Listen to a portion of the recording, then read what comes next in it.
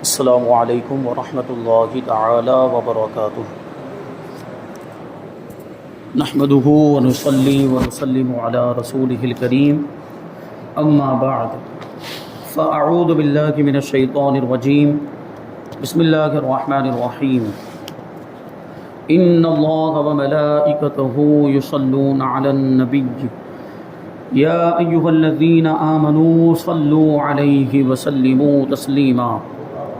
اللہم صلی علی سیدنا و مولانا محمد معدن الجود والکرم وآلہ الکرام وابنہ الکریم وبارک وسلم صلاۃ و سلاما علیک یا رسول اللہ صلی اللہ تعالی علیہ وسلم۔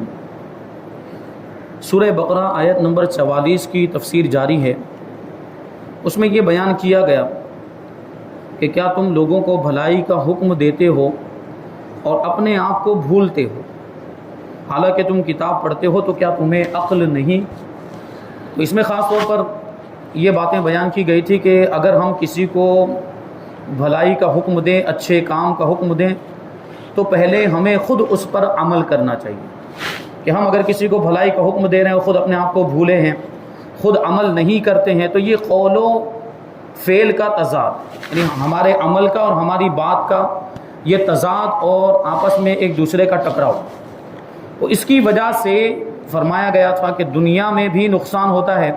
اور آخرت کا بھی نقصان ہے، کہ ایسے شخص کی دنیا والوں کے نظر میں بھی کوئی عزت نہیں رہتی اور آخرت میں تو اس کی بدعملی کی اس کو سزا ملنی ہے۔ تو یہاں پر ایک بات یہ بھی عرض کی گئی تھی کہ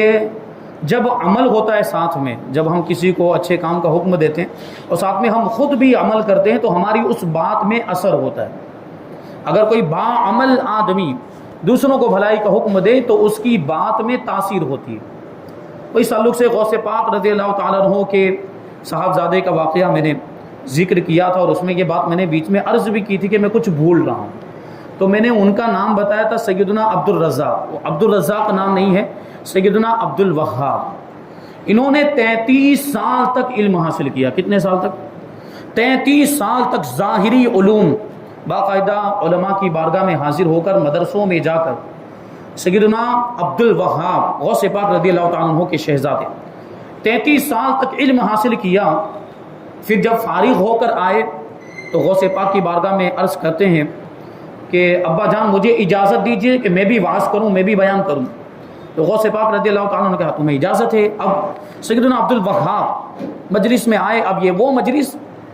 اور یہ وہ لوگ حاضرین مجلس، وہ لوگ جو غوث پاک کا واعظ سنتے تھے، تو غوث پاک کے واعظ میں اور ان کے شہزادے کے واعظ میں ظاہر سی بات بہت بڑا فرق۔ تو کہتے ہیں کہ انہوں نے تقریر کی، خود فرماتے کہ میں تقریر کرتا رہا، میں بیان کرتا رہا، واعظ کرتا رہا، لیکن لوگوں پر کوئی اثر نہیں۔ لوگ آپس میں گفتگو کر رہے ہیں، میرے بیان کے دوران لوگ آپس میں بات چیت کر رہے تھے، کوئی اثر نہیں۔ تو بیان سے میں فارغ ہوا، پھر غوث پاک رضی اللہ تعالیٰ عنہ تشریف لائے، اور انہوں نے آنے کے بعد صرف ایک جملہ بولا۔ وہ جملہ اس طرح تھا کہ کل میں روزے سے تھا، کل میں نے روزہ رکھا ہوا تھا، یحییٰ نے چند انڈے بھون کر اس کو ایک کورے سکورے میں، یعنی ایک پیالے میں رکھ کر اس کو طاق میں رکھ دیا تھا۔ 2 انڈے تھے اس کے اندر، اور بلی آئی، اور بلی نے آنے کے بعد اس پیالے کو طاق میں سے نیچے پھینک دیا، تو وہ پیالہ بھی ٹوٹ گیا اور جو انڈے اس میں تھے وہ انڈے بھی مٹی میں مل گئے، خاک میں مل گئے۔ تو یہ جملہ سننے کے بعد اب سب کی کیفیت، بالکل مجلس میں جتنے بھی لوگ حاضر تھے، سب کی کیفیت وہ دیگر گوں ہو گئی، سب آہو فگا کرنے لگ گئے، رونے لگ گئے، گریبان چاک کرنے لگ گئے۔ اس جملے کے اندر کتنا اثر تھا۔ آپ کے شہزادے نے دلائل کی روشنی میں لمبی تقریر کی تھی، لمبا بیان کیا، لیکن اس کا وہ اثر نہیں ہوا جو غوث پاک کے اس ایک جملے میں تھا، کیونکہ وہ روحانیت کی بات تھی۔ بہرحال تو بیان یہ کرنا چاہتا ہوں، عرض یہ کرنا چاہتے ہیں کہ جب ہم خود عمل کرتے ہیں اور پھر کسی کو وہ کام کرنے کا حکم دیں تو اس میں تاثیر ہوتی ہے، اس میں اثر ہوتا ہے، اور یہ اچھی بات ہے، یہ تقوی کے موافق ہو۔ اور خود عمل نہ کریں، لوگوں کو حکم دیں، تو ایسی صورت میں اس کا اثر ختم ہو جاتا ہے۔ بہرحال سوال یہ تھا کہ اگر کوئی خود عمل نہیں کرتا ہے تو کیا وہ دوسروں کو بھلائی کا حکم دے سکتا ہے یا نیک کاموں کا حکم دے سکتا ہے؟ یعنی خود عمل نہیں کرتا تو کیا اس کے لیے جائز نہیں ہے کہ وہ دوسروں کو بھلائی کا حکم دے؟ اس کے بارے میں فرماتے یاد رہے کہ اس آیت کی مراد واعظ و نصیحت کرنے والوں کو تقوی اور پرہیزگاری پر ابھارنا ہے کہ جو واعظ و نصیحت کرنے والے ہیں وہ خود پہلے عمل کریں، تقوی پرہیزگاری اختیار کریں، پھر لوگوں کو اچھے کاموں کا حکم دیں۔ بے عمل کو واعظ سے منع کرنا مقصود نہیں، یعنی یہاں پر اس آیت کریمہ میں یہ بیان کرنے کا مقصد نہیں ہے کہ جو بے عمل ہے وہ لوگوں کو واعظ و نصیحت کر ہی نہیں سکتا، اس کے لیے جائز ہی نہیں ہے، ایسا نہیں ہے۔ یعنی یہ فرمایا ہے کہ جب دوسروں کو واعظ و نصیحت کرتے ہو تو خود بھی تو عمل کرو۔ یہ نہیں فرمایا کہ جب عمل نہیں کرتے تو واعظ و نصیحت کیوں کرتے ہو، کیونکہ عمل کرنا ایک واجب ہے اور دوسروں کو برائی سے روکنا یہ دوسرا واجب ہے۔ تو اگر ایک واجب پر عمل نہیں ہے تو دوسرے واجب سے کیوں روکا جائے؟ یعنی ایک واجب پہ ہم عمل نہیں کر رہے ہیں اور دوسرا واجب یعنی لوگوں کو بھلائی کا حکم دینا، واعظ و نصیحت کرنا، یہ دوسرا واجب ہے۔ تو ایک واجب تو ہم نے ویسے ہی چھوڑ دیا بے عملی اور عمل نہ کرنے کی وجہ سے، تو یہ دوسرا واجب جو واعظ و نصیحت کرنا ہے یہ ہم کیوں چھوڑیں؟ یعنی اگرچہ ہم عمل نہیں کر رہے ہیں لیکن ہماری ذمہ داری بنتی ہے کہ ہم دوسروں کو واعظ و نصیحت کریں، اور کچھ ایسے مخصوص مواقع ہیں جہاں پر اگرچہ ہم عمل نہ کر رہے ہوں، واعظ و نصیحت کرنا اور دوسروں کو بھلائی کا حکم دینا ہمارے لیے ضروری ہوتا ہے۔ جیسے مان لیجئے کہ آپ والد ہیں، آپ کی اولاد، تو والد اب آپ اگرچہ خدا نخواستہ اگرچہ آپ نماز نہ پڑھ رہے ہوں، آپ بے نمازی، لیکن آپ کی ذمہ داری بنتی ہے کہ آپ اولاد کی تربیت کریں، اولاد کو نماز کے لیے حکم دیں اور ان کو واعظ و نصیحت کریں۔ یہ آپ کی ذمہ داری والد ہونے کی حیثیت سے، باپ ہونے کی حیثیت سے، اگرچہ آپ بے نمازی لیکن آپ کو اپنی اولاد کو تربیت دینی پڑے گی اور نماز کا حکم دینا پڑے گا، ورنہ اس کے بارے میں قیامت کے دن آپ سے سوال ہوگا کہ تم خود نماز نہیں پڑھتے تھے تو اولاد کو تو نمازی بناتے۔ وہ حدیث شریف میں آیا ہے کہ جب تمہاری اولاد یہ 7 سال کے ہو جائے تو ان کو نماز پڑھنے کا حکم دو، اور جب وہ 10 سال کے ہو جائیں تو مار کے پڑھو، مارنے کی بھی اجازت ہے۔ تو یہ تربیت کا حکم دیا گیا ہے اور یہ ماں باپ کی ذمہ داری بنتی ہے کہ اولاد کو نمازی بنائیں۔ تو اب اگرچہ خود نمازی نہیں لیکن یہ حکم تو دینا پڑے گا اور واعظ و نصیحت کرنا پڑے گا۔ اسی طریقے سے شوہر کی ذمہ داری بنتی ہے کہ وہ بیوی کو اچھے کام کا حکم دے، بھلائی کا حکم دے۔ بیوی اگر بے پردگی کرتی ہے تو اس کو بے پردگی سے روکے، بیوی اگر نماز نہیں پڑھتی ہے تو اس کی ذمہ داری بنتی ہے کہ وہ اس سے نماز پڑھوائے، اس کو نماز پڑھنے کا حکم دے، کیونکہ شوہر سے بیوی کے بارے میں بھی پوچھا جائے گا۔ حدیث پاک ہے کہ کلکم راعٍ وکلکم مسئول عن رعیتہ، تم میں سے ہر ایک ذمہ دار ہے اور تم میں سے ہر کسی سے اپنے ماتحتوں کے بارے میں سوال ہوگا، پوچھا جائے گا۔ یعنی باپ سے اس کی اولاد کے بارے میں پوچھا جائے گا، شوہر سے اس کی بیوی کے بارے میں پوچھا جائے گا، اگر کوئی استاد ہے تو اس سے اس کے شاگردوں کے بارے میں پوچھا جائے گا، اگر کوئی بادشاہ ہے تو اس سے اس کی رعایا کے بارے میں پوچھا جائے گا۔ یعنی جہاں کہیں بھی کوئی باس ہے، کوئی سیٹ ہے، کوئی بڑے رتبے والا ہے، دنیاوی اعتبار سے بھی کیوں نہ ہو، تو اس کے ماتحتوں کے بارے میں اس سے سوال کیا جائے گا کہ تو نے ان کے حقوق ادا کیے کہ نہیں کیے، ان کی صحیح تربیت کی کہ نہیں، ان کو بھلائی کا حکم دیا کہ نہیں دیا۔ تو بہرحال اگر ہم عمل نہیں بھی کرتے تو بعض اوقات ہمارے لیے دوسروں کو بھلائی کا حکم دینا اور واعظ و نصیحت کرنا واجب ہو جاتا ہے۔ تو یہ جو واجب یہ ہم کیوں چھوڑیں؟ یعنی اگر عمل نہیں بھی کرتے پھر بھی دوسروں کو بھلائی کا حکم دے سکتے ہیں۔ یہ الگ بات ہے کہ اثر ہوگا یا نہیں ہوگا یا سامنے سے کوئی الٹا جواب مل جائے گا، لیکن ہماری ذمہ داری بنتی ہے کہ ہم لوگوں کو واعظ و نصیحت کریں، لیکن بہتر تو وہی ہے اور صحیح طریقہ یہی ہے کہ ہم پہلے خود عمل کریں اور پھر دوسروں کو بھلائی کا حکم دیں۔ حضرت انس ابن مالک رضی اللہ تعالیٰ عنہ فرماتے ہیں کہ ہم نے عرض کیا یا رسول اللہ صلی اللہ تعالیٰ علیہ وسلم، ہم اس وقت تک دوسروں کو نیک اعمال کرنے کی دعوت نہ دیں جب تک ہم خود تمام نیک اعمال نہ کرنے لگ جائیں، اور ہم اس وقت تک لوگوں کو برے کاموں سے منع نہ کریں جب تک کہ ہم خود تمام برے کاموں سے رک نہ جائیں۔ تو اس پر حضور پاک صلی اللہ علیہ وسلم نے ارشاد فرمایا کہ ایسا نہ کرو، بلکہ تم نیک اعمال کرنے کا حکم دو اگرچہ تم خود تمام نیک اعمال نہیں کرتے، اور برے اعمال کرنے سے منع کرو اگرچہ تم تمام برے اعمال سے باز نہیں آتے۔ یعنی کیا ہوا کہ یہ جو واجب ہے دوسروں کو نصیحت کرنا، دوسروں کو بھلائی کا حکم دینا، کیونکہ قرآن مجید کے اندر خود اس امت کی ذمہ داری یہ بیان کی گئی ہے کنتم خیر امۃ اخرجت للناس تأمرون بالمعروف وتنہون عن المنکر، کہ تم بہترین امت ہو جو لوگوں کے لیے ظاہر ہوئی۔ تمہاری ذمہ داری یہ ہے کہ تم لوگوں کو بھلائی کا حکم دو اور برائی سے روکو۔ یہ اس امت کو جو یہ کرامت کا تاج عطا کیا گیا، فضیلت کا تاج عطا کیا گیا، تو پھر اس کی ذمہ داری بھی بیان کی گئی۔ اس امت کی ذمہ داری ہے کہ بھلائی کا حکم دے اور برائی سے روکے۔ اور اللہ کے رسول نے ایک حدیث پاک میں ارشاد فرمایا کہ من رأى منکم منکرا فلیغیرہ بیدہ فمن لم یستطع فبلسانہ ومن لم یستطع فبقلبہ فذلک اضعف الایمان او کما قال رسول اللہ صلی اللہ علیہ وسلم، کہ تم میں سے کوئی اگر کوئی برا کام ہوتے ہوئے دیکھے تو اسے چاہیے، اس پر لازم ہے کہ اپنے ہاتھ سے اس کو روک دے، یعنی ہاتھ سے روکنے کی طاقت ہو تو اس کو ہاتھ سے روکے، اور اگر اس کی طاقت نہیں ہے، ہاتھ سے روکنے کی طاقت نہیں ہے، تو زبان سے روکے، زبان سے بیان کرے یہ بات بری ہے ایسا مت کرو، اور اگر زبان سے روکنے کی بھی طاقت نہیں ہے تو دل سے برا جانے، برا کام ہوتے ہوئے دیکھ رہے اس کو اچھا نہ جانے، ہرگز بھی اس کو دل سے برا جانے، لیکن اس کے بارے میں کیا فرمایا جا رہا ہے آگے حدیث میں کہ دل سے برا جاننا یہ کمزور ایمان کی علامت ہے، یہ سب سے کمزور ایمان، یعنی ہم برائی ہوتے ہوئے دیکھیں تو ہماری ذمہ داری بنتی ہے کہ اس کو روکنے کی کوشش کریں، ایک ایمان والا ہونے کی حیثیت سے اور امت محمدیہ کا ایک فرد ہونے کی حیثیت سے ہماری یہ ذمہ داری بنتی ہے۔ بہرحال علماء نے اس کی تقسیم بھی کی ہے، یہ ہاتھ سے روکنا یعنی طاقت کے استعمال کے ذریعے سے برائی کو روکنا یہ بادشاہوں کا کام ہے، یہ ارباب اقتدار کا کام، تو جس کے پاس پاور ہوگا وہی تو اپنے طاقت کے زور پر روک پائے گا، تو بادشاہوں کے پاس، حاکموں کے پاس وہ پاور ہوتا ہے، تو اپنی طاقت کو استعمال کر کے وہ برائی کو روک سکتے ہیں، جبکہ علماء کی ذمہ داری ہے کہ وہ زبان سے روکے، کیونکہ ان کے پاس اقتدار نہیں ہے، ان کے پاس وہ پاور نہیں ہے کہ وہ اپنے ہاتھ سے یا تلوار ہتھیار وغیرہ سے روکے، علماء کے پاس یہ پاور نہیں ہے، تو علماء زبان سے روکتے ہیں، یہ علماء اپنی ذمہ داری الحمدللہ بخوبی انجام دیتے ہیں، کہ وہ جب بھی ان کو موقع ملتا ہے جا بجا، اور جب بھی کہیں پر بھی بیان کی صورت میں یا درس کی صورت میں یا مدرسہ پڑھا رہے ہوں، تدریس، تصنیف وغیرہ بہت سارے ذریعے ہیں تبلیغ کے، تو سارے ذریعوں کے ذریعے سے علماء خدمت انجام دیتے ہیں اور وہ اپنا وہ فریضہ انجام دیتے ہیں۔ لیکن اب جو تیسری بات دل سے برا جاننا، یہ بتاتے ہیں علماء نے یہ تقسیم کرتے ہوئے کہا کہ یہ پھر یہ جو درجہ ہے دل سے برا جاننا یہ عوام کا درجہ ہے، کیونکہ دیکھیں اب عوام کے پاس ہاتھ سے روکنے کی بھی طاقت نہیں اور وہ زبان سے بھی نہیں روک سکتے، کیونکہ زبان سے وہ روکے گا جس کے پاس علم ہو، وہ دلائل بھی دینے پڑیں گے، تو دلائل کا علم ہونا چاہیے، تو عوام کے پاس تو نہیں ہے، تو وہ دل سے برا جانیں گے۔ بہرحال عوام کی تو یہ ذمہ داری بنتی ہے کہ وہ خود نیک کام کریں اور وہ خود برے کاموں سے بچیں، یہ بھی بہت بڑی دین کی خدمت ہے۔ خود اگر ہر فرد اپنے اعتبار سے یہ سوچے، غور کرے اور خود سدھر جائے، خود گناہوں سے بچنے لگ جائے اور خود نیکیاں کرنے لگ جائے، نمازی بن جائے، عبادت گزار بن جائے، تو ظاہر سی بات ہے ہر فرد اپنے اعتبار سے یہ کوشش کرے اور اپنے آپ کو سدھار لے، تو جتنے لوگ سدھریں گے امت کے اتنے افراد سدھریں گے، یہ بھی دین کا ایک بہت بڑا کام ہے۔ بہرحال آیت نمبر 45 اور 46 اللہ تبارک و تعالی ارشاد فرماتا ہے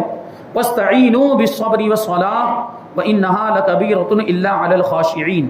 الَّذِينَ يَظُنُّونَ أَنَّهُمْ مُلَاقُو رَبِّهِمْ وَأَنَّهُمْ إِلَيْهِ رَاجِعُونَ،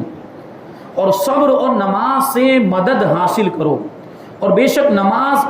ضرور بھاری ہے مگر ان پر جو دل سے میری طرف جھکتے ہیں، یعنی جن کے دل میری طرف جھکے ہوئے ہیں، یعنی جن کے دلوں میں میرا خوف ہے، یہ اللہ تعالیٰ ارشاد فرما رہا ہے کہ نماز لوگوں پر بھاری ہے لیکن ان لوگوں پر بھاری نہیں ہے جن کے دلوں میں خدا کا خوف ہے۔ آگے ابھی بتائیں گے کہ جن کے دلوں میں اللہ کا خوف ہوتا ہے ان کو تو نماز سے خوشی ملتی ہے، اور وہ اگر نماز نہ پڑھے تو بے چین و بے قرار ہو جاتے ہیں، وہ ایک نماز سے جب فارغ ہوتے ہیں تو دوسری نماز کے انتظار میں رہتے ہیں کہ کب دوسری مرتبہ رب کی بارگاہ میں حاضر ہونے کا موقع ملے گا، ان کا دل مسجد سے لگا ہوا رہتا ہے۔ اور ایسے لوگوں کے بارے میں حدیث پاک میں فرمایا گیا کہ وہ لوگ کہ جن کا دل مسجد سے وابستہ رہتا ہے، مسجد سے لگا ہوا رہتا ہے، وہ مسجد میں آ جاتے ہیں تو مسجد سے نکلنے کو دل نہیں کرتا، بس مجبوری میں نکلنا پڑتا ہے، دوسرا کوئی کام ہے، دوسری کوئی ضرورت ہے، کمانا ہے، بچوں کو کھلانا ہے، تو ان چیزوں کی وجہ سے اسے نکلنا پڑتا ہے، ورنہ اس کو اگر فرصت ملے تو وہ اپنا پورا وقت مسجد ہی میں گزار دے، اللہ کی عبادت میں ہی گزار دے۔ تو ایسے شخص کے بارے میں فرمایا 7 لوگ ایسے ہیں، انہی 7 لوگوں میں سے ایک شخص یہ بھی ہے کہ جس کا دل مسجد سے وابستہ ہوتا ہے۔ ان کے بارے میں فرمایا گیا کہ اللہ تبارک و تعالیٰ ان 7 لوگوں کو اس دن اپنے سایہ رحمت میں جگہ عطا فرمائے گا جس دن اس کے سایہ رحمت کے علاوہ کوئی سایہ ہی نہیں ہوگا، یعنی قیامت کے دن میدان محشر میں۔ تو مسجد سے دل لگائیں، اور مسجد سے دل لگانے کا صرف یہ مطلب نہیں کہ آئے بیٹھے اور چلے گئے، نہیں، عبادت کرنا مقصد یہ ہے کہ مسجد میں آئیں، عبادت کریں، ذکر و اذکار کریں اور مسجد کے آداب کا خیال رکھیں، تو یہ چیز ہے۔ ایسے جو ایمان والے ہوتے ہیں جن کے دل میں خدا کا خوف ہوتا ہے تو ان پر نماز بھاری نہیں، بلکہ ان کو تو نماز کا شوق ہوتا ہے، وہ فرض نماز کے علاوہ بھی نفل نماز کثرت کے ساتھ پڑھتے ہیں۔ اللہ کے ولیوں کی زندگی کا آپ جائزہ لیں، ابھی دیکھیں کل سیدنا احمد کبیر رفاعی رحمۃ اللہ تعالی علیہ کا عرس ہے، ان کے بارے میں کتابوں میں لکھا ہے کہ وہ روزانہ 400 رکعت نفل پڑھتے، روزانہ 400 رکعت، اور دیکھیں پھر 400 رکعت ایسے نہیں مختصر طور پہ جلدی جلدی میں پڑھ دی، نہیں، فرماتے ہیں کہ 400 رکعت کے اندر 1000 مرتبہ سورہ اخلاص پڑھتے تھے، 1000 مرتبہ، اور روزانہ 2000 مرتبہ وہ توبہ اور استغفار کرتے تھے۔